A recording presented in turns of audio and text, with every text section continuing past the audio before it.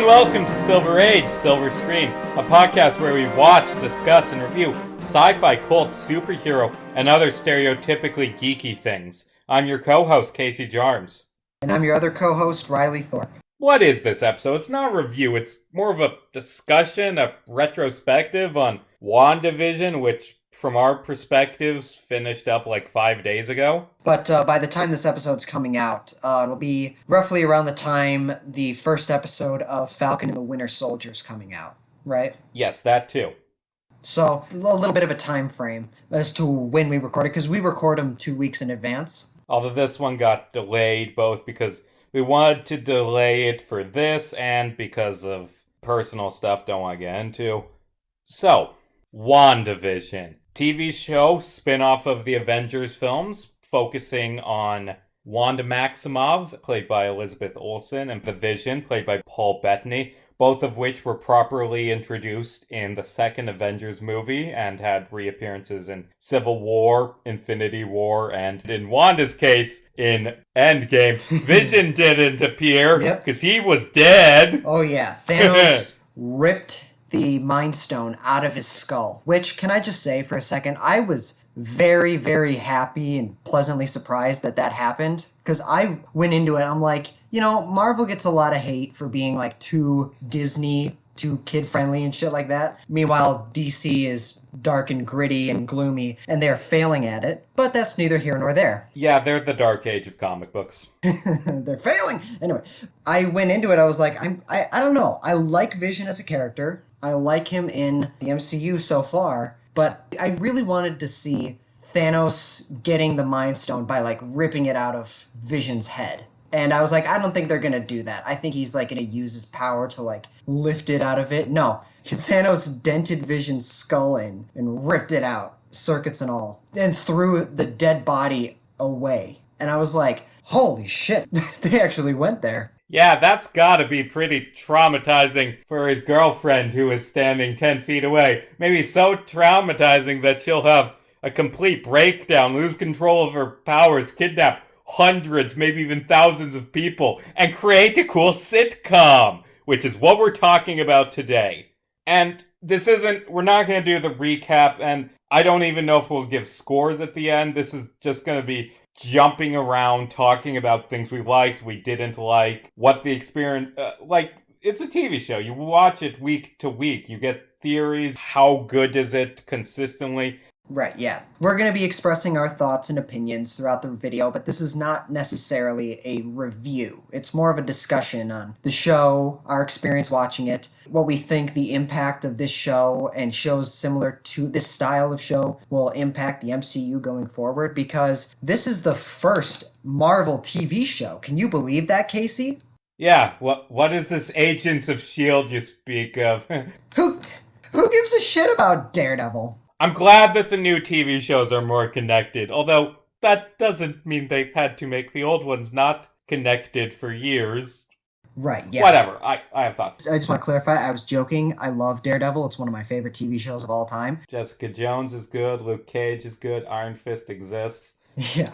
I haven't seen The Runaways or Cloak and Dagger. I've heard you don't need to. I don't think I'll ever watch The Inhumans. I've heard nothing good about it. You know something?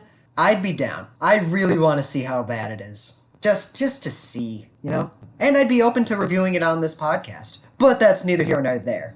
Give us a 5-star review if you want us to review Inhumans. So just jumping right in, my first overall thing about this, you mentioned when you were talking about how they killed off Vision in Infinity War, and you said, I like Vision as a character. Yeah. Can I be honest? I didn't really care too much about Vision or Scarlet Witch before this TV show. I think a big problem the MCU has is that they don't give their supporting characters arcs or even enough screen time to care about. And it seems during Phase 4, and especially during this, what they're doing is going back and actually giving those characters personalities and oh my word! Depth.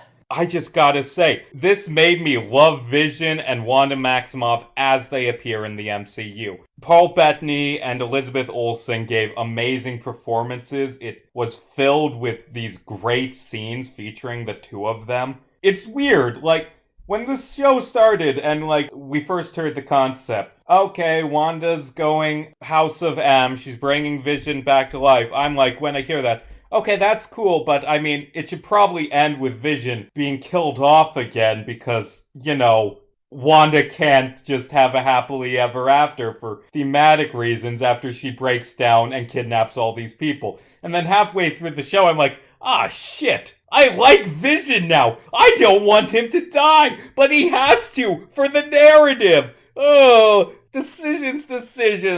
This show really does make you care about the characters. Especially, one thing for me that really took me off guard, I almost started tearing up during the finale. It was so fucking depressing. It's heartbreaking. Oh my god. It really is. And maybe to be honest, I was also kind of drinking a little bit then. That might have had a hand in it. I wasn't drunk, but, I had a few. Hold on. Just for clarification, were you one of those people who watched in the morning or one of the people who stayed up till 3 a.m.? Because I was one of the people who stayed up till 3 a.m. I watched it Friday afternoons. Okay, so no wake up first thing in the morning, glug, gotta get drunk so I can handle this finale. I mean, as much as I would I honestly love to be that guy. I really... No, that's not me, unfortunately. Yeah, that finale was surprisingly heartbreaking. I think that was the best thing that this show does, is it gives you the time and arguably the reasons to care about these characters and connect with them, I mean, I kind of wish that it would have happened before Scarlet Witch killed Vision, and then Thanos brought him back to life and killed him again. Yeah. But, whatever. I will say, this is the first thing that Marvel has done in a post-Infinity Saga MCU, which I believe Spider-Man Far From Home is a part of the Infinity Saga. Am I correct? I mean, it's like the bridge, and at this point, we're getting into semantics, but while that one was sort of an epilogue, it was about how Spider-Man's dealing with the new world and being forced to step up and be the new hero. This, I feel, is setting up what the tone of the MCU going forward is gonna be. I mean, Falcon and Winter Soldier was supposed to do that, but that got delayed. Shit, Black Widow was supposed to do that, but that got delayed. This wasn't supposed to start Phase 4, but it works well enough. But that was what I was going to mention, is the idea that this is the first official, Phase 4 property that's coming out. And for me, I'm very fascinating for me, the idea that the very first thing, granted, it wasn't the intention. There wasn't the intended thing to happen. It was Black Widow was supposed to be the first one to come out after that. And then a couple other shows and movies. But I think it's very interesting that just due to the circumstances, the first thing in a post-Infinity Saga MCU is something so tonally, stylistically different. Even from a character and story perspective. This show is very different than anything that the MCU has done before. And, like we've mentioned, it does a fantastic job of getting you connected with the characters. So, I don't know, it's just very fascinating to me that they go from Endgame and Far From Home to, reality warping into sitcoms, And speaking of that, we should talk about the tone. This is a weird show. I'm not going to be one of those guys that, kind of annoying MCU stans who are like, this is the most innovative thing ever. Other things have done this before. The Truman Show did this kind of thing years before. But this is different than any superhero work that I've seen before. Especially different than any other MCU thing I've seen before. This blending in aspects of horror and every episode being very different in terms of production design and tone are very refreshing. A lot of people have argued that the MCU is getting stale, and I don't fully agree with that. I still enjoy it, but I do think that them being more experimental with this and hopefully in more things going forward is good for the overall series. I hope that now that Marvel has basically cemented themselves as we can make a movie about a bunch of characters that are not necessarily developed in this movie, where they're all fighting a villain who's trying to search for a bunch of glowing rocks. And that guy is a giant purple CGI alien. And everyone loves it. They've already established that the audience understands them, and they're trusting them to understand what they're going for. So my hope now is that we're going to get more diverse kinds of movies, and TV shows. Don't get me wrong, I'm looking forward to, big blockbuster superhero action stuff, but I'd also be interested in doing more smaller character-driven stuff like WandaVision. I'm really excited for Doctor Strange 2, how it's gonna have some horror sequences, so I'm very prepped up for that. Just a few. Some. Oh yeah. It's still a superhero movie, but it hopefully will be more stylistically interesting. Yeah. And I'm hoping that, and what with them introducing new characters like Shang-Chi, Blade, I think that they're going to expand the universe and find new ways to tell stories that better connect with the audience. And I'm really looking forward to that. Let's break it down. So this show, it's 9 different episodes, and about 6 of them are sitcom episodes, in air quotes. It's basically watching a sitcom. The first 3 episodes in the entirety are, with the exception of, like, once per episode, the horror scene, just retro fake sitcom. The first episode is a tribute to, like, the I Love Lucy sitcoms from the 50s. Then, what was the second episode? It was Bewitched. I believe they stated their primary influences for each episode, excluding the 3 non-sitcom ones, were in order: The Dick Van Dyke Show, Bewitched, what was the third one? That was Brady Bunch. Yeah. Brady Bunch. Yeah, and then there was Family Ties, Malcolm in the Middle, and Modern Family. I think, I'm just going to say this real quick. I thought Elizabeth Olsen's performance was really solid all throughout it. But I will say the Modern Family episode, which is the one where, spoiler alert, it was revealed that it was Agatha all along at the end, wasn't a big fan of her performance in that episode. And I get they were going for, she was like really spacey, like everything was falling apart for her, and she was like, I don't know what's going on. But like, I don't know. On that one episode, she didn't sell me as well as she did all the other episodes. I feel like the sitcom episodes got less funny as it went on, and I don't know why. Like, I feel like, even though I tend to prefer modern sitcoms, I feel like the Modern Family parody was much less funny than the Dick Van Dyke parody for some reason. I don't know. Although I will say, in terms of Elizabeth Olsen's performance, I gotta give credit to her and a lot of the actors in the sitcom world in particular, but especially her, on the subtle changes in their performance. Like, it's very clear that it shifts between episodes because Elizabeth Olsen is doing different impressions of other sitcom actors. Yeah, I know that takes a lot of talent to go from very like impressive. In the same TV show or movie. It takes a lot of talent to like completely change your character in some subtle but even like big ways. It's very hard to act, A, but B, it's like when you're, like you said, she's changing it subtly every single episode to fit better in the context of that era of sitcoms. It's very impressive, and she did a very good job. It's just, for me, I don't think she did as good of a job on the Modern Family tribute episode.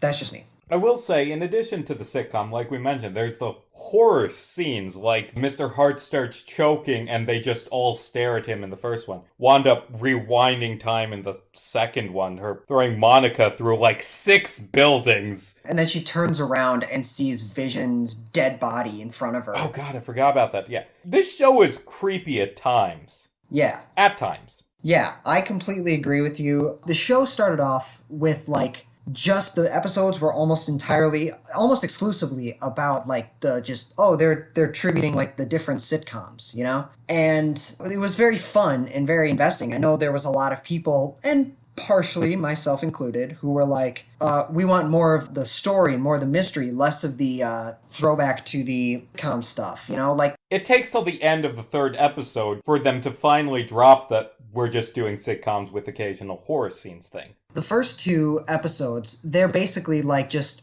little fun bottle episodes. First one's a sitcom from the 50s and 60s, right? 50s? I don't know. It's the Dick Van Dyke Show episode. Then the second episode's Bewitched, and it's like they're fun bottle episodes. And that does carry over into the Brady Bunch episode 3. But what's funny is, and this will kind of lead into my overall thoughts on the show as a whole, but the first 2 episodes didn't do a really great job of setting up the mystery that ended up being developed in the show. Here's what I'll say. The first episode, like it just being good all the way through, and then the horror at the end, that's good, but I feel the next 2 episodes also being that it drags on. I don't mind the first 3 episodes all being pretty much just sitcoms. I feel like if the show didn't spend that time building this relationship between Wanda and Vision, that's the heart of the show, I don't think it would have worked as well. But I feel it could have been more mystery from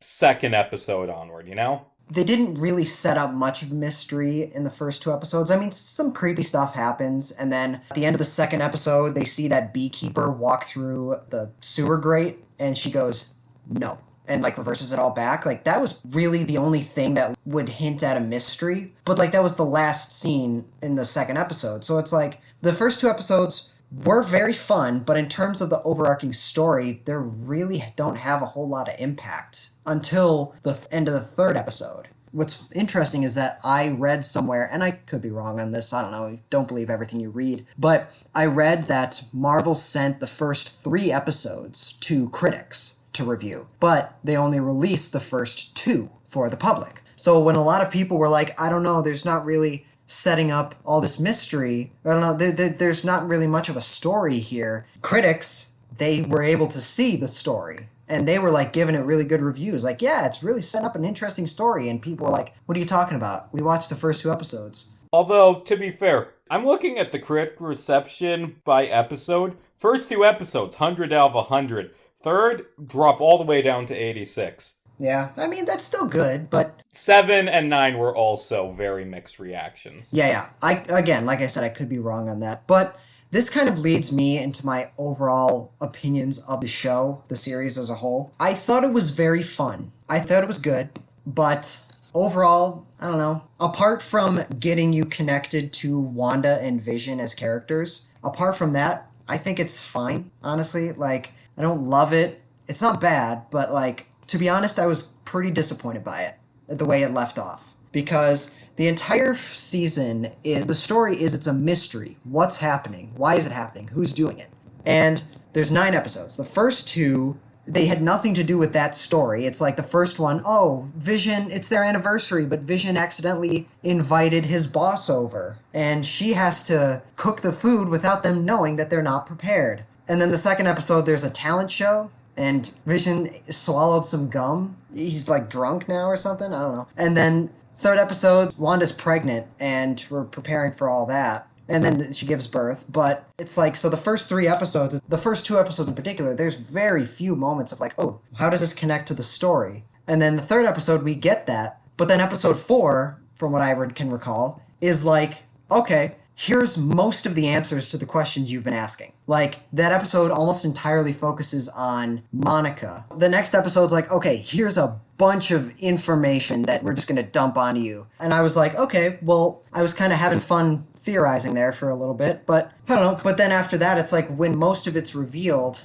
that it's like, oh, it's Wanda. Wanda's the one that's doing it, which, and I'll get back to that in a second, but it's like, then from then on, it's like, we know it's Wanda. So the next several episodes are just kind of Vision slowly learning what we, the audience, already know. So it slows down. I don't know. And then it just eventually becomes like a bunch of superpowered people flying through the air shooting lasers at each other. And it's kind of like, you know, who really cares about this? The point of the show was the mystery. And that's pretty much my biggest flaw with it, is the entire story is a mystery. It had terrible setup. It revealed a bunch of shit, and then it slowed down, and then it just kind of all came out, and then it became like big laser throwing at each other battle. Fair enough. So from a storytelling perspective, it has a lot to be desired, but like I said, it's a fun watch, and I did very much enjoy watching it week to week, but I don't know. I was pretty let down by the story. I just got the feeling, and then even with the final episode, it's like half the characters barely have any screen time. Like Jimmy Woo, Monica Rambeau, Darcy, hell, even the fake Quicksilver, which we'll get to talking him about in soon. It's like they really don't have much to do in the season finale, or the series finale rather, because this, from what we can tell, is going to be, this is it for WandaVision. There are no plans to make season 2s to any of the current shows that they're making. But I don't know. It's just like half the characters don't have anything to do, and it's just like, I don't know, the conflict was just kind of like, I just got the feeling like it was a big trailer to what's happening next. And Marvel often gets criticized for doing that. I'm often a defender of it. Like, no, it still has value in and of itself. But this one, the ending just left me with this feeling of like, yeah, I guess we're going to see how all this pays off in, I don't know, Doctor Strange 2. Maybe Avengers 4, what are we on? 5? Yeah, Avengers 5. Also, another thing that probably also is influencing me, I saw all of these twists coming. I don't know if that was just because I'm a fan and I know these characters and I know this comic, but I was not surprised. Like, I knew Agatha was going to be revealed in the end. I knew it was going to be Wanda. I knew Vision was going to be fake. Whatever. Even in that episode where director Hayward, the guy who's the director of Sword... Oh god, he's so obviously evil. Yeah, he was saying, like, she broke in and took the Vision's body and brought him here. And then it's like, it shows the episode where she goes to see him. She does not take him. And then I thought to myself, I go, they're building a new Vision, aren't they? Yeah. And then it was either that episode or the next episode. It's like, the reveal, yep, there's a new Vision. Well, I've got one twist. I question, did you see this twist coming?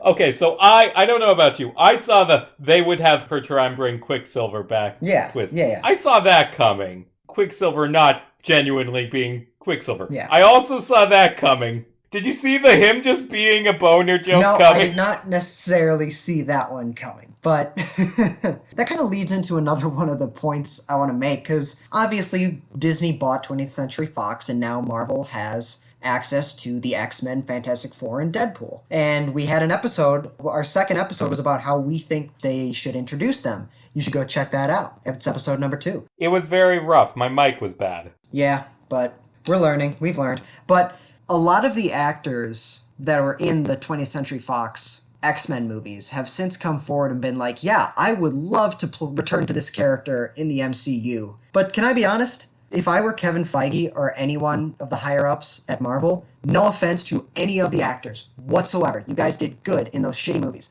But, and not all of them are shit. I mean, they've already been recast once. Yeah, well, and here's my thing. It's like, no offense to you. But if I were Kevin Feige, I would be like, no, we're doing our own thing. I know that sucks. Like, you spent so much time and effort playing these characters, and you probably grew to know and love them. But, I don't know. Like, if I were Marvel, I'd be like, no, we're doing our own thing with the X-Men. So, when they brought in Evan Peters as Quicksilver, and they were like, she recast her brother? I love the excuse that Agatha gave. She's like, yeah, your brother, his dead body's on another continent. Which, I don't think that that's necessarily true. Didn't they bring his body back? I don't know. I mean, I assume they buried him. Yeah. Like, well, yeah. in Sokovia. Oh, in Sokovia, I don't think they have Quicksilver's body just chilling on a couch at the Avengers Okay, yeah, base. no, you're probably right. They probably buried him. Oh no! Thanos' airstrike! He destroyed Quicksilver's body! Yeah, they probably buried him in Sokovia. I forgot about that. But I love that excuse. Like, yeah, I couldn't get to your brother in time, so I just got this random boner dude. Her husband, Ralph. Yeah. So it's like, they brought in Quicksilver, played by Evan Peters, who played Quicksilver in the Fox X-Men movies. And it's like, for me, I'm like, dude, this is fucking big. This is game-changing for the MCU. But then it was revealed that it's not really her brother. And I'm like, okay, that's cool. That's fine. I don't care. There was Agatha mind controlling him. But that also leads to the question of, okay, well, how does Agatha know to have a guy that looks like that be Quicksilver? You know? It's like, does she have access to the multiverse, possibly? Is she in league with a certain character who was theorized to be in the show but is not? I don't know. But then, no, it's just some random dude named Ralph Boner who she just mind controlled and said. So essentially what it was just a fun Easter egg. So for me, that just kind of goes to show the idea that Marvel's like, no, we're not bringing the Fox characters into the X-Men. And I'm torn. I feel like it's a bit of a dick move to have this major twist and then like, JK, not really. And I kind of wish he was, maybe just, who are you? Can't tell you that. Zoom, runs away. Yeah. I kind of wish they would actually have that, because, I mean, they are doing multiverse going forward, or at the very least, using characters from other Marvel movies not made by Disney, like with the third Spider-Man movie. But I feel like the fact that he is named Boner, he is named Ralph Boner, is just going so far into the fuck you fans territory that I stop being mad and I Yeah. start being amused. Like, god damn it. Yeah. You want to know what else was a big middle finger to the fans? Oh god. A couple weeks before I know. the episode in question aired, actor Paul Bettany, who played Vision, Paul Bettany said in an interview or on social media, whatever he said, there's a big cameo coming towards the end of this season. It's an actor that he has always wanted to work with, and he has great chemistry with. And he's setting up basically this massive, huge cameo. I mean, to be fair, a lot of it was people blowing it out of proportion. Yes. Like, I've heard the term Luke Skywalker level cameo thrown out a lot. That was not what anyone said. He just said, I was able to work with an actor I've never worked before. So it was some fans blowing it out of proportion. Oh, yes, absolutely. But still, that was a troll move, because the actor he's never worked before is Paul Bettany, because he talked to himself. Yeah. Basically, Paul Bettany, mostly throughout the show, he plays like a projection of Vision from Wanda's mind, you know? And meanwhile, director Hayward has been repairing Vision and making him a weapon, which is in direct violation of the Sokovia Accords and of Vision's living will. He did not want to become a weapon. Well, Vision's not a person. He doesn't have a will, but he still has to sign contracts and can buy property. Really, I feel like if Vision existed in real life, that's what would happen. People treat him as a robot or a person when it's convenient, whatever. They made a new version of Vision, an all-white version, which is kind of a tribute to the Avengers arcade game. So yeah, two versions of Vision fighting each other in one scene, so he was referring to that. And there was a lot of backlash. Granted, I completely agree that most of it was of just the fans blowing it out of proportion, because there were so many cameos, and I'll get to that in a second. But it's like there were so many people theorizing as to which major character is going to appear in the show. And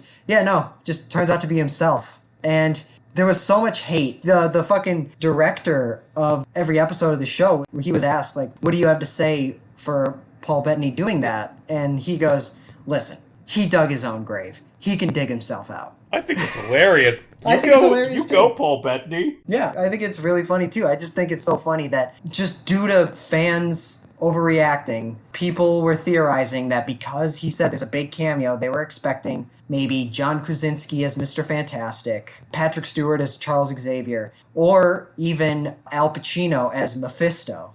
They were all expecting that. Yeah. But no, it's just... Can we talk about Mephisto? Yes, we can. Holy crap, that was the biggest fan Yeah. theory. And, I mean, granted, it's adapting parts of the comics that featured Mephisto Right, yeah. as a villain, but And hell, I was even a part of that. really, that was a fan thing that we personally blew out of proportion Oh, yeah, as absolutely. fans. There was not a lot of hinting at Mephisto besides Agatha's connected to him in the comics. Right. Well, I mean, there was another theory, another thing that I found very funny. When the episode, right before the Agatha All Along music video, at the end of that episode, before that... God, that was Yeah. hilarious, by the way. Like, I mean, they revealed an obvious twist, and I'm like, okay, yeah, we all saw it coming. And then she does a musical number where she explains that she killed Wanda's dog, and I'm like, okay, I forgive you. That was Yeah. hilarious. Catherine Hart is wonderful as just being fucking awful. You know, it's funny, this is a side note, but around Christmas time, I watched that movie Bad Moms Christmas with Mila Kunis, Kirsten Bell, and her. And in that movie, they're in a strip club where all the male strippers are dressed as Santa, and she shouts, "Put a baby in me, Santa number 2!" That woman is a Marvel supervillain now. Let's let that sink in. I mean, she already was. She played Doc Very Ock true. in Spider-Man. Very true. But what I was going to say is, like, I also fell into that theory. I was, for a while, thoroughly convinced that Mephisto was going to make an appearance in it. And I talked about it with you many times. I was like, I don't know how I feel about, like, Mephisto being, like, kind of a one-off villain in just a season of a show straight to Disney Plus, you know? But then again, it was going to tie into Doctor Strange 2, so maybe Mephisto was going to be the villain of Doctor Strange 2. Nope, none of that ever happened. None of that was ever hinted at. But the episode right before the Agatha All Along music video, when Wanda was in her living room, she looked at the TV, she was looking around, and she saw the cicada and the rabbit that were in her living room. A lot of people were theorizing, in the comics, Mephisto's very first appearance was disguised as a fly. So a lot of people were theorizing, oh, that's the devil. That's the Marvel devil. Nope. The beginning of the very next episode, she grabs the fly, throws it into the rabbit's mouth, and the rabbit eats it. Big middle finger to fans. Over-imaginative fans, albeit. And to be fair, I do think this is still setting up Mephisto, and I know after I just said that fans need to chill out, but do you know what Wanda is doing at the end? She's studying the Book of the Damned to try and find out how to revive the dead. And Agatha warns, you've caught the attention of powerful figures, or you've unleashed something. I forget the exact line. I have a feeling Wanda might be meeting with Mephisto pretty soon. Yeah, I just think it's kind of funny because this isn't the first time that people were theorizing Mephisto was going to make an appearance in a Marvel property. You want to know what the first one was? What? And granted, it wasn't a lot of people, but it was some people that I heard that I was really interested in having. People were theorizing that Mephisto was going to end up being the surprise villain in the Defenders Netflix series. What? Yeah. Nah. It's like the hand, what they were drilling down into the earth to do was to do this ritual to unleash the devil. I mean, that would have been cooler than Dragon Bones to make immortality. Yeah. So fucking dumb. But I don't know. I don't think it would have worked, but I don't know. It would have been interesting. And then here we are. What has it been? 3 years? I don't know. All these years later, and people are still like, yeah, Mephisto. Come on, Mephisto. Come on, Mephisto. I mean, if you want to talk about TV shows connected to this TV show, it's interesting. I know they decanonized all the old TV shows, and I have mixed feelings on that, but they also are incorporating something small. The Darkhold, the Book of the Damned, Agatha used it to, learn all her magic. It's from the comics. But the thing is, it appeared in both Agents of S.H.I.E.L.D. and The Runaways. I haven't seen The Runaways, but in Agents of S.H.I.E.L.D., they had an arc with Ghost Rider. It was about the Book of the Damned as a MacGuffin and Ghost Rider's uncle using it to do evil stuff, and then the robot got it and she used it to make the Matrix, and then Ghost Rider rode off with it. But anyway, they used the same design that they used for the Book of the Damned in that show. It's the same prop, or at very least a recreation. I don't have any thoughts on that. Continuity-wise, it's kind of wonky because how it's gotten between hands isn't really explained and probably will never be, but they used the same prop. I don't know. Who knows? Who knows what they're going to do? Maybe they're going to say it happened in a different universe. I don't know. From what I've found, a lot of backlash has come out of the finale of this show. I understand some of it. Yes, some of it. But a lot of it, from what I can tell, comes from the fact that people are more so disappointed that they didn't see what they wanted, you know? That's probably one of the problems. As much as I do, one of my favorite parts was waiting every week for an episode on Friday.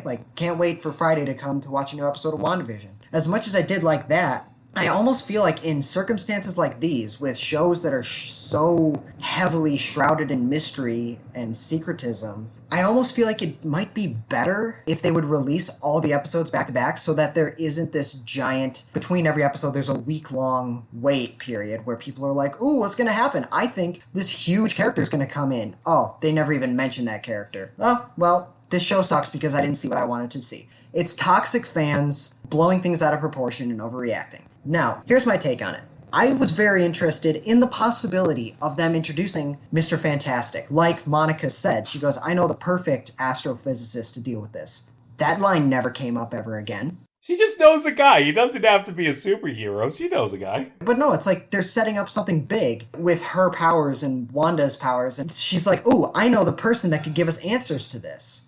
And then that's never revisited, ever. To be fair, she said, I know an engineer friend who can help us out. And then her engineer friend gave her a cool truck that she uses to ram the wall. Yeah, that's probably what it is. I don't know. I will say, while we're talking about the finale, I will say, and you got on it kind of earlier, the action in the finale was kind of boring overall. Yeah. But I will say, there were two really good things in that climax. Or actually a few good things, but two I'm going to say now.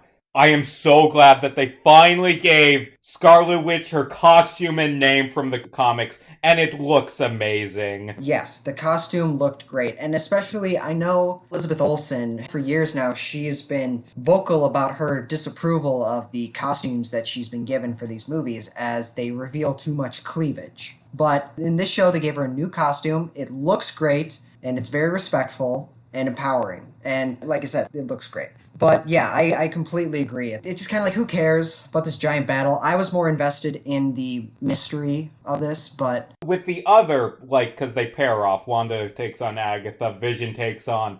In the credits, he's just called The Vision. I kind of wish they named him Cataract, or like something different, but I really like the idea that how's Vision gonna beat his evil clone? Well, he's Vision. He's the introspective, nerdy guy. He's just gonna, like, talk to him about philosophy. And I really like that. It was a good subversion, it was true to the character, and it was a really nice scene. I agree. I really like that. They had this, like, philosophical question. The ship of Theseus. Yes. Which everyone knows. Yeah. But it's like, for me, I don't know, it's like the Vision, the Cataract Vision, which is a crazy thing. They're fixing their vision. They call it because it's a cataract and it's all white, you know? Yeah, that's clever. Great. It's really smart, really clever. But it's like, it was a great subversion of expectations, but then the real Vision kind of just like flew away, and then that was like kind of the end of him in that story.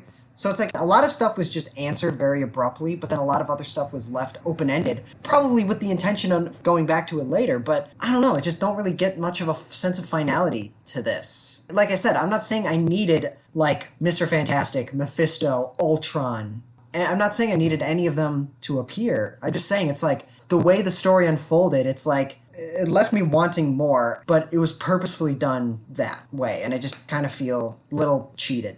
I will say, White Vision, Cataract, The Vision, Paul Bettany's cool friend who he's never worked with before. Here's the thing. When the show started, there were a lot of things I wanted it to do.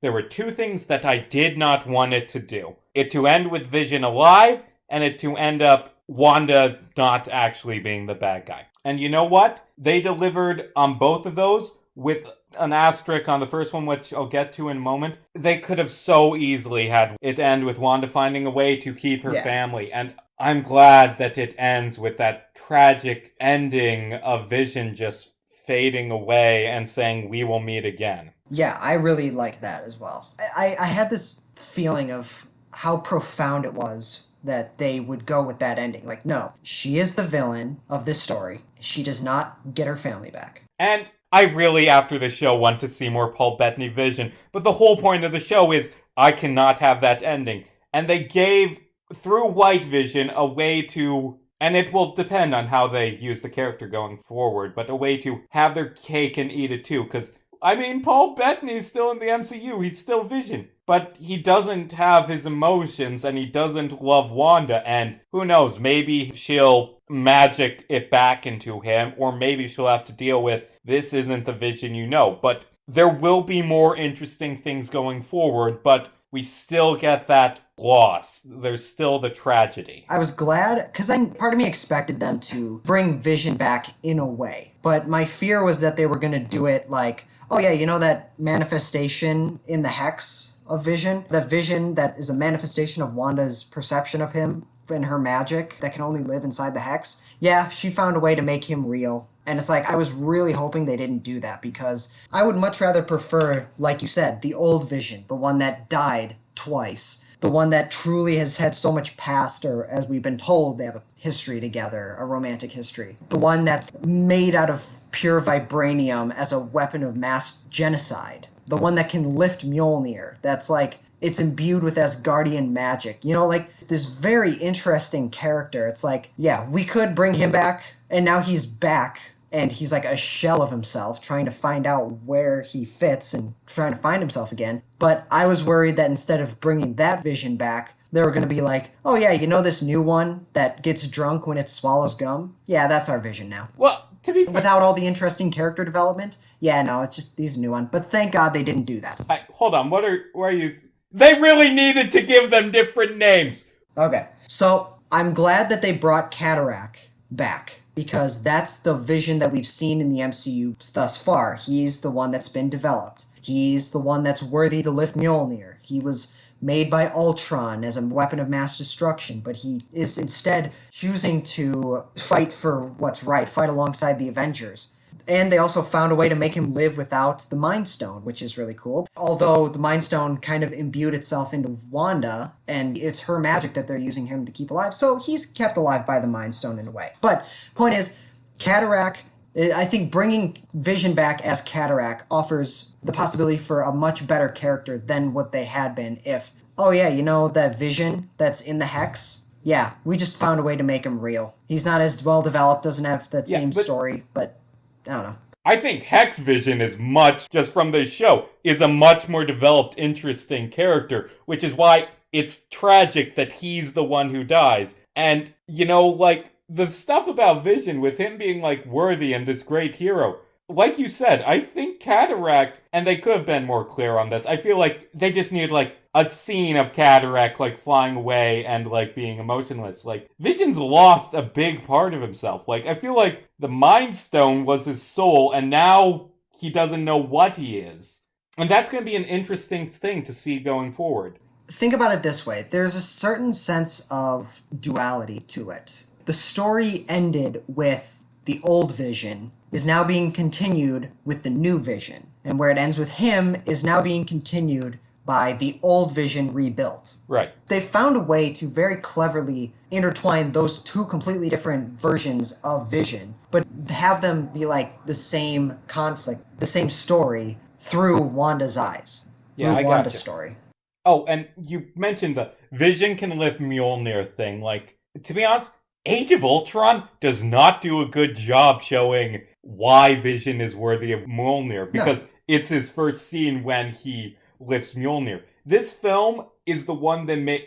I said film because we always do film reviews. This TV show finally made me believe this is a character who is worthy. Like, there are so many good scenes with Paul Bettany. And Elizabeth Olsen, too. She is great at being this tragic figure. Whereas Vision, in this show, finally establishes this is the ideal hero. This is someone who is worthy of Mjolnir. Like, when he first breaks free of the Hex and is falling apart, but all he can think is to scream, "They need your help," like, not even caring about himself. That is worthy. Other really good Vision scenes, like, it's probably my favorite scene in the whole series, is when Wanda just starts the credits in episode 5, where she starts the credits and Vision's like, "No, this isn't over. I don't know who I am." It's heartbreaking. I finally like Vision. They did a very good job of getting you invested into the characters, and that's the best thing that this show has to offer. And I'm looking forward to the rest of the series is coming out this year. When this episode airs a couple days from now, there will be the Falcon and the Winter Soldier. I'm really hoping they flesh out their characters. Same thing with Loki right after that. I'm very interested to see what these new shows are going to do for the MCU and the characters within them. Basically, what my message is, like, if you were disappointed by this ending, I was disappointed too, but I want you to just think for a second. Are you disappointed because of what we got or what we didn't get? Because at the end of the day, I'm a firm believer in the idea that you can't judge a movie or TV show based on what didn't happen, you know? Like fan theorizing, "Oh, we didn't get Mr. Fantastic." Well, how can you blame a show for not having something, you know? I don't know. So my point is, at the end of the day, I'm kind of glad that they didn't have a giant cameo at the end of it. I'm glad Ultron, Doctor Strange, Charles Xavier, Magneto didn't bring Quicksilver back to life. Like, I'm glad that they didn't necessarily do any of that. But just because they didn't do that doesn't mean that it's shit because of it, you know? Like, just be objective with it is my thing. Yeah. And, I mean, think about it this way. They didn't necessarily set up everything you expect, but they introduced Wycon and Speed. They gave Monica Rambeau. She uses like 5 different names in the comics. I don't know what they'll go with. They gave her powers. They reintroduced Vision, but in a new way that still keeps the tragedy. And you want this powerful, satanic force of chaos magic to be the new big bad of the MCU? Well, we got that! Because Wanda is going to be the big bad. Mm-hmm. And you know what they've said on the blurb they had on Doctor Strange 2 was gonna be Doctor Strange faces off against a friend who has gone evil. At first I was like, oh yeah, Baron Mordo. Yeah, that makes sense. But now what I think is the whole movie is gonna be a three-way fight between Doctor Strange, Scarlet Witch, and Baron Mordo. And that's what I think that's gonna be, and I'm pumped for that. Wow, that's really... I never thought of it that way. I mean, I know for years there's been rumors that Nightmare is going to be the villain, but God, if Wanda's legitimately one of, if not the villain of Doctor Strange 2, I mean, damn, that's really interesting. I feel like this is the start of Wanda's path to darkness. Yes. Oh yeah, absolutely. And Baron Mordo, he hunts evil wizards. Well, this is the one who kidnapped the whole small town. Yeah, that would be very, very interesting. Because we've seen villains become anti-heroes through Loki, but it would be so cool if we saw a hero legit become a villain in the MCU. Damn, that would be really cool. Yeah, that's what I'm hoping for. Also, on similar note, they have trailers. They have fake trailers in the middle of all these episodes. Right. One of them, in the Modern Family episode, they have a commercial for a depression medicine, depression treating medicine called Nexus. Antidepressant, that's is it. The word. Called Nexus. Nexus is basically the gateway to the multiverse in the Marvel Universe. It's, in the comics, what the Man-Thing protects. What a lot of people are theorizing is that now that Wanda has the Darkhold, she's going to become a Nexus-level being, where she can reach into the multiverse. Okay, well, that would be cool. Yeah, she starts looking through the multiverse to try and find her kids. That's a possibility.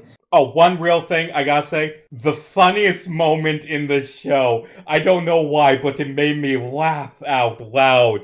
In one of the commercials, they introduce Lagos, a paper towel brand. And for context, Lagos is that place where Wanda accidentally killed a bunch of people in Civil War. And that commercial ended with Lagos for, when you make a little accident. I burst out laughing. I think that one went past my head, but thank you for bringing that up. Also, Stark Toaster, Strucker Watch, Hydra, spa treatment or whatever that was. Good commercials. I have two things. One, with regards to Monica Rambeau. I am very interested to see where they're going to go with her character going forward because, as we all know, Monica Rambeau, she was the little girl in Captain Marvel, which takes place in the 90s. Now, we cut to today, modern day, well, a couple years in the future. Monica is an adult, she's a sword agent, and her mom died of cancer. Her mom was best friends with Carol Danvers, Captain Marvel. Now, whenever Captain Marvel name was brought up around Monica, you could tell there was some awkward tension between her and Captain Marvel. So, could that be implying she had something to do with her mom's cancer, or she wasn't there for when her mom died for her cancer, or they had a falling out in between? Maybe it had nothing to do with the cancer? I hope she wasn't around, because Captain Marvel giving Monica's mom cancer, A, means that all the Avengers have cancer now, and B, oh, that's so dark, that's some Watchmen shit. The point is, we don't know why, but there's obviously tension between Monica and Carol Danvers. Now, Monica is her own superhero. She has her own powers thanks to this show. We don't exactly know why, but we believe it had something to do with getting into contact with Wanda's magic multiple times. And in the comics, she goes by, like you said, Casey, so many different names. Spectrum, Photon, she was Captain Marvel for a while. Yeah, exactly. So she goes by so many different names, but now she's her own superhero. What does that mean for the Marvel Universe? Captain Marvel is now frenemies. I wouldn't say enemies, but they're very close friends, but now they just kind of are awkward around each other because of something that we don't know happened. The point is, I would say they're more frenemies now. They're allies when it gets down... Whatever, you get what I'm trying to say. So what does that mean? I think in the future, in Captain Marvel, there's going to be conflict between her and Monica.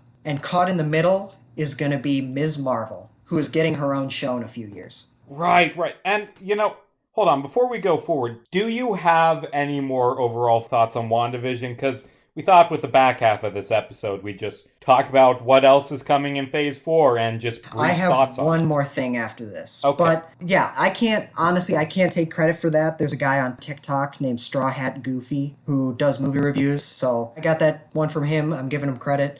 He's probably not going to listen to this, but who knows. But I just think that's such an interesting dynamic. Two superheroes at odds with each other for personal reasons, and caught in the middle is a very impressionable teenager with superpowers trying to find her place in the world. That is a really interesting dynamic for Captain Marvel going forward. So, wait, are you just saying... Oh, God, I hope that they do that. Just Kamala Khan, like, having two estranged, divorced parents, like, just fighting in front of her. I mean, one of them is the aunt... Well, not blood, but, like, basically... Aunt Carol. Like, my new mentor and, like, her niece, like, don't get along and they keep fighting and this is stressful. I'm new to the superhero thing. I don't know. That's a theory I heard. Also, one more thing that I'd like to mention.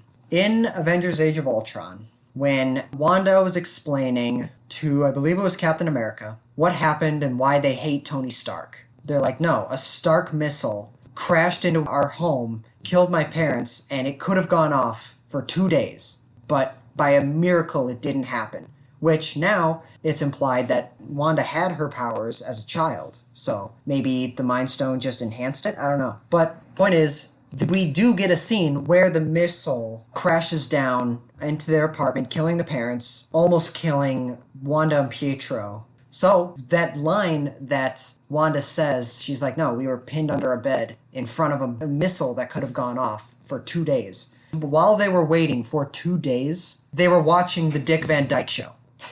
I'm not, like, it shows the missile, and it's like the TV's still playing, and it's the Dick Van Dyke Show playing in the background. Like, that's just such a funny idea to me. Like, oh yeah, you know this giant traumatic backstory? No, I think it's horrifying. No, it's like, no, just the idea. It's like, the idea of, like, this traumatic backstory that she told. And it's like, wow, that's really heavy. Yeah, we see it, and the fucking Dick Van Dyke Show is playing in the background as it's happening. No, because now, like, her childhood loves have been tainted because she's been like Iron Man Clockwork Orange her. Now she can't watch the Dick Van Dyke Show without thinking of her parents being killed. You got a point there, but I just still think it's really funny. The idea that they're like, she's like, we almost died, but thankfully we were watching the Dick Van Dyke Show.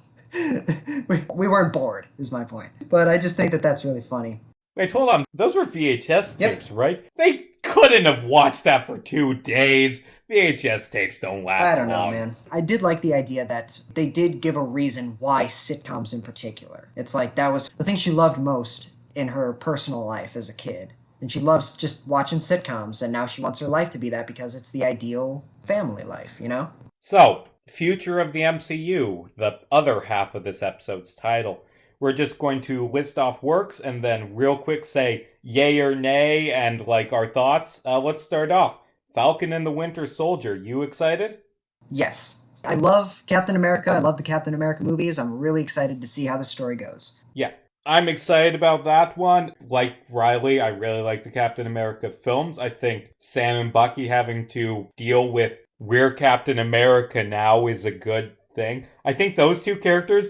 I really like their dynamic of them just kind of hating each other. It's funny. And the fact that they're bringing Zemo back as the villain and, from what I've heard, U.S. Agent as the other villain. That sounds like it'll be good. And we saw some cool action shots of Falcon flying through the Grand Canyon while being shot by missiles. I'm excited for that one.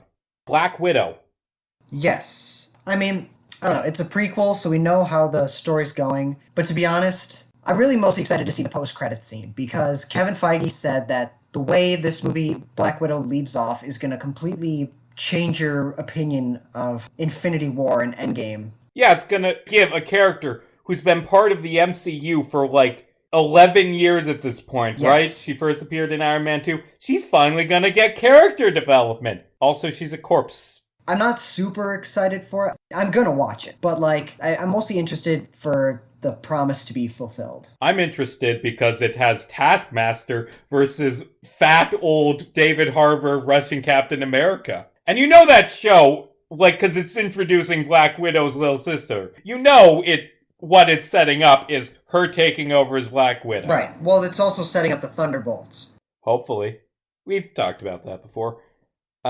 Loki. I don't know. You know what? None of the trailers have ever really sold me. I think the logo of the show is shit, but I don't know. Over time, I've gotten more and more interested in it. I don't know, just the idea of the possibilities that this offers. Like Loki traveling through time, vote for Loki. There's rumored to be like a child version, a female version. Wait, yes!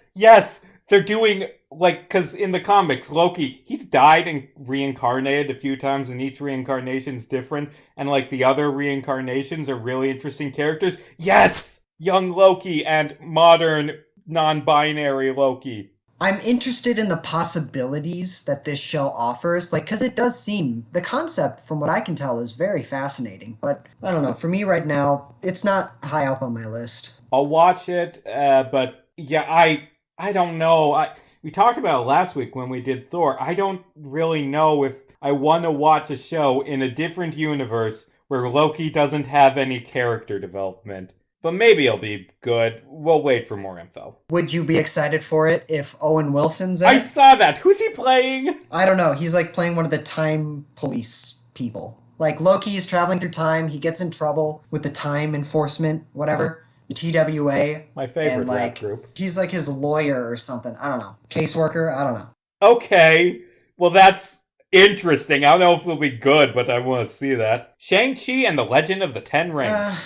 I don't know. I'm not going to say I'm not. It's just there's nothing about it that has come out. There's no details in it whatsoever. It's coming out in a few months is the thing. Yeah, no, it's not. It's not coming out in July. It's coming out in I July? can say that with certainty. It's going to get pushed back. Or probably when this episode comes out, there's going to be like, oh, a trailer came out for it. But no, I think it's going to get pushed back. But if more details come out and we get more information about it, then I'll get excited for it. But like right now, there's just nothing. It's just in name only. That's really it. And a couple actors and the filmmakers involved. Like, I don't know anything about Shang-Chi as a character. Shang-Chi and the Eternals are the only things on this list that I don't know about in the comics. So I don't know. I mean, I'm glad that there's more representation in the MCU now. I heard that they're gonna do Fing Fang Foom, which if they do, that's so fucking wild that they would put Fing Fang Foom in a serious movie that makes me kind of interested. But yeah, I don't know enough about Shang-Chi to really be excited. Let's see. What if? I'll watch it, but like I'm not super interested in it. I'm kind of indifferent to it, to be perfectly honest with you. It's an animated anthology set in the multiverse. I expect there to be some really good episodes, some kind of just okay episodes, but overall it just to be kind of skippable. But I'll watch it. Spider-Man No Way Home. We finally got a title from it. I don't know. I'm very interested. I'm very confused as to what exactly the direction is they're going to take it. I was expecting the movie to be like Kraven's Last Hunt. Like, that's going to be the story. And like Kraven the Hunter. But then now they're talking about all this multiversal stuff. And I'm like, what? And I'm like, it's too early to introduce the Spider-Verse. But then it's like, okay, it might not necessarily be Spider-Verse. It could just be like setting it up. Which I think that's possibly a very interesting position Marvel is putting themselves in terms of the rights to Spider-Man. Because it's like, if they set up the Spider-Verse, because they have two more movies, a team-up movie and a solo movie. If they have, like, the solo movies, No Way Home, and then maybe the team-up movie is in Doctor Strange 2, and they set up the Spider-Verse story, and they do it well, they could be like, okay, now Sony's going to take it away. So this great story we've set up, yeah, Sony's the bad guy in this. They're preventing you from getting it. You're not wrong, but I don't like that the fact that Disney is able to manipulate the fact that fans like them because they make good movies to pressure other massive companies into making good deals with them. Yeah, it's manipulative. But, I mean, I want Spider-Man to stay in the MCU. And I want him in the hands of good directors. I mean, Spider-Verse animated movie, I would dare say... You know, I've stated I think a few films are the greatest superhero movies. That, I'm putting my foot down. Spider-Verse is the greatest superhero movie ever made. So, I'm not opposed to a Spider-Verse movie. And seeing Andrew Garfield and Tobey Maguire, I mean, that would be cool. But I worry that they'll go too heavy into the Spider-Verse too soon. And I'm worried about Spider-Man leaving the MCU. That said, I like the first two Spider-Man movies decently enough. The two villains that they've announced so far are Jamie Foxx's Electro and I forget his name's Doc Ock from Spider-Man 2. Alfred Molina. Yeah, him. And they were both, I mean, Electro was in a poorly written film, but Jamie Foxx gave a cool performance. I think that would be a cool pair of villains. I don't know. We'll see. We only got the title last week, so we're jumping the gun a bit. Miss Marvel. Yes, because Miss Marvel's a very interesting character, and I'm glad that they're introducing Islamic representation into the MCU. I like Kamala Khan as a character, and I'm glad she's going to be in the MCU. They haven't really announced anything besides it's a Kamala Khan show, but I'm looking forward to it because I like the character, and it will help set up Captain Marvel too, which, who knows.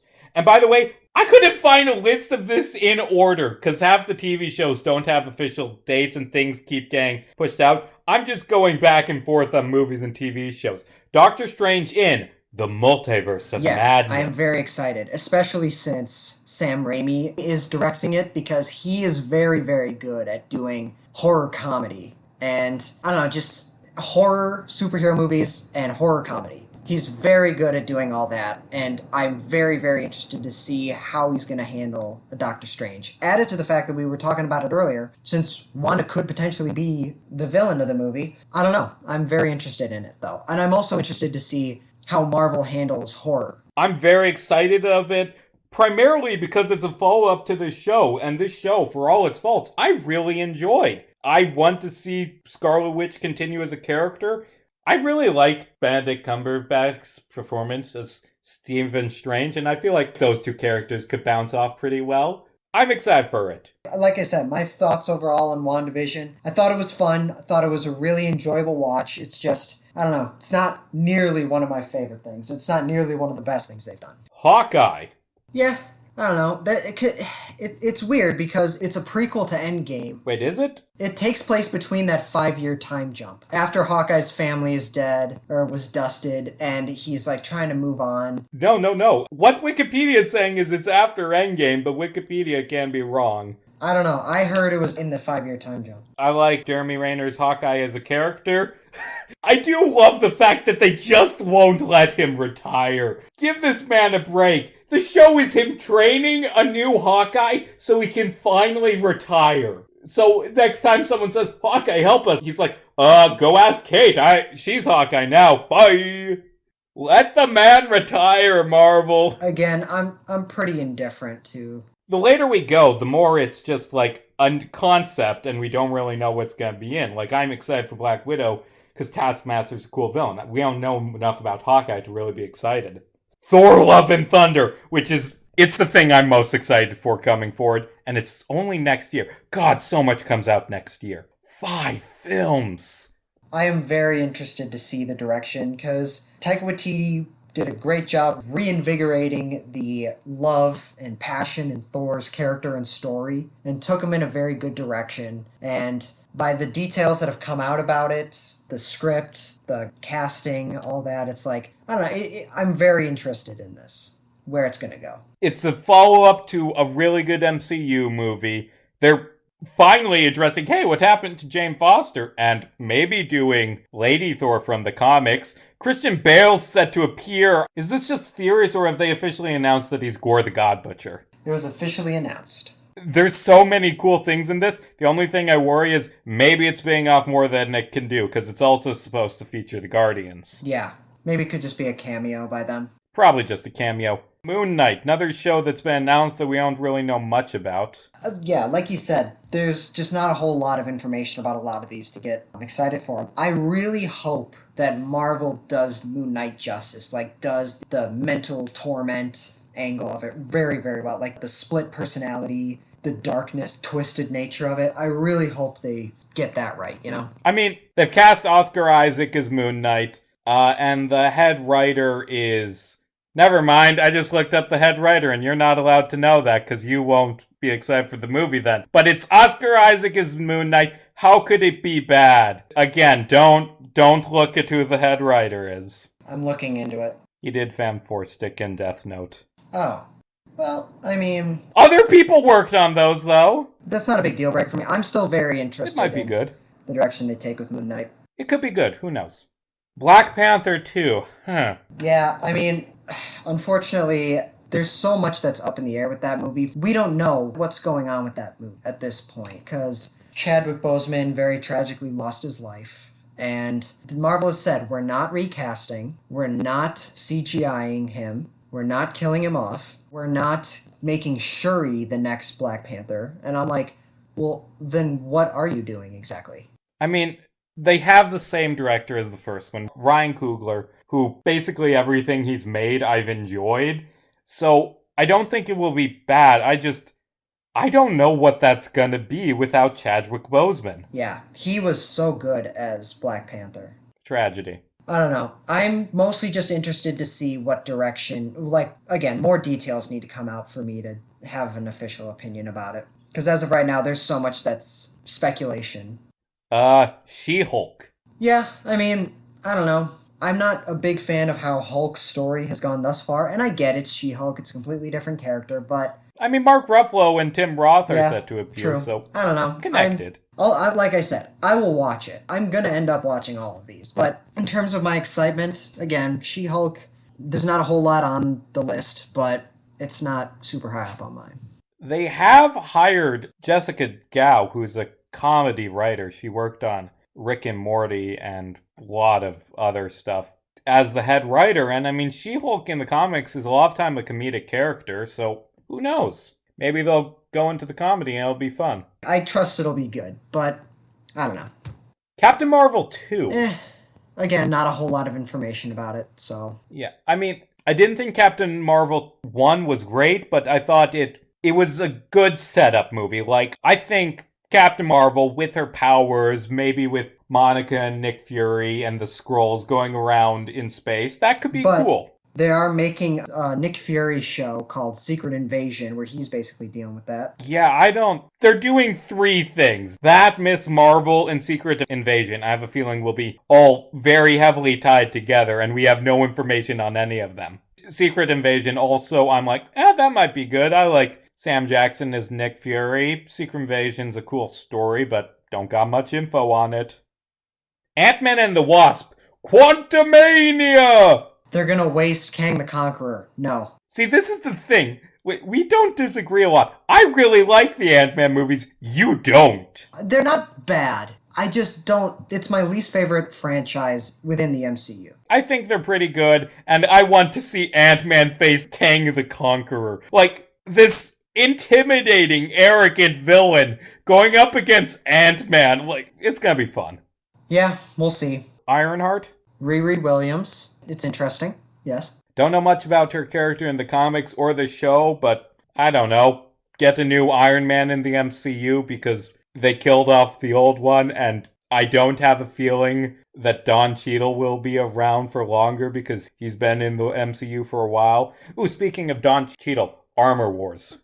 Yeah, because the story is as follows, as far as I understand. Stark technology got into the wrong hands, and Rhodey has to deal with it. Dealing with the death of his friend and how it's his responsibility to, like, honor his legacy. That is interesting. And like WandaVision, what they seem to be doing with the Phase 4 TV shows is giving character development to the sidekicks. Like, Rhodey's been in the MCU since the first movie. I mean, he was recast in the third one, but he's been in here for a while. We don't know much about him as a person, though. Fantastic Four? I'm very glad that Marvel is now finally introducing the Fantastic Four into the MCU, but again, not a whole lot of information. And finally, I saved these two to put them together. The Guardians of the Galaxy Holiday Special and Guardians of the Galaxy Volume 3. I am interested to see where Guardians of the Galaxy 3 goes. I really hope they make Drax a more interesting character. Yeah. I am interested. I mean, the last two have not disappointed. I think both of them are top 5 MCU. For me, I don't know, I'd have to think about it. They're both top tier for me, certainly. I don't know about top 5, but definitely top tier. I don't know, the holiday special, I assume that's going to be fun. The Guardians of the Galaxy celebrate Christmas. That'll be fun. Oh, also they're doing Wakanda TV show, but again, like, that relies heavily on Black Panther 2, and that's the one that's super up in the air right now. They're also doing another little mini anthology series called I Am Groot, following Baby Groot and his misadventures. Aww, I like Baby Groot. I don't think we mentioned Eternals. Oh shit, yeah, I accidentally skipped it. Eternals. I know nothing about the Eternals, but it's going for this big sci-fi epic scale, and I really hope they pull it off. Yeah, well, I mean, the director, Chloe Zhao, she just won a Golden Globe for directing Nomadland. So, I don't know. They're going for this very grand, epic sci-fi thing, and I don't know, I'm intrigued. I'm skeptical, but I'm intrigued. Also, another one that we did not mention is Blade. Blade, right, Blade. I've never seen a Blade movie, actually. The first two are really, really cheesy fun. Third one's shit. Oh. We should totally review those. I'll put it on the list. I'm just super interested in the possibility of seeing vampires in the MCU. Right. Blade's always been a weird Marvel character. Yeah. Oh, also, it hasn't been announced, but after WandaVision, where they introduced two young superheroes, you know they're doing a Young Avengers. Yes. I mean, they've already introduced Stature, but haven't given her powers. They're doing a Miss Marvel show. They're gonna do a Young Avengers. Yeah, and they're setting it up with Ant-Man Quantumania. Yes. Wasn't there an animated Young Avengers movie that came out a while ago? A while ago, but all the characters in that are different than the comic Young Avengers, True, though. but Kang the Conqueror was the villain of that, I'm pretty sure. What? I'm was pretty he? sure. Yeah. No, that was Ultron, right? Yeah, it was Ultron. Never mind, fuck me. Yes, because that's the one before the MCU had the bright idea. Hey, wouldn't it make more sense if Iron Man made Ultron because he's the robotics guy? Yeah, you're probably right. Yay, I have good memory of movies that weren't very good that I saw like 10 years ago. Oh, also, they're doing Ironheart. Spider-Man's a teenager. You said they're doing Young Loki. They're doing a Young Avengers movie in Phase 5. That's what this is building. Any other thoughts on the future of the MCU? Not really. I mean, a lot of it's just shrouded in mystery, on purpose, obviously, but I'm glad that we're getting, like, an episode of a show a week this year, starting WandaVision, Falcon and Winter Soldier, and then Loki, just to kind of tide us over after a year of nothing because of COVID, you know? Well, COVID, it just delayed everything, so, you know, people have said, oh, people are gonna get sick of the MCU. I don't think that's gonna happen, but if it's ever gonna happen, it's gonna be in 2021 and 2022, where it's just so much MCU, and I'm gonna watch it all. God help me.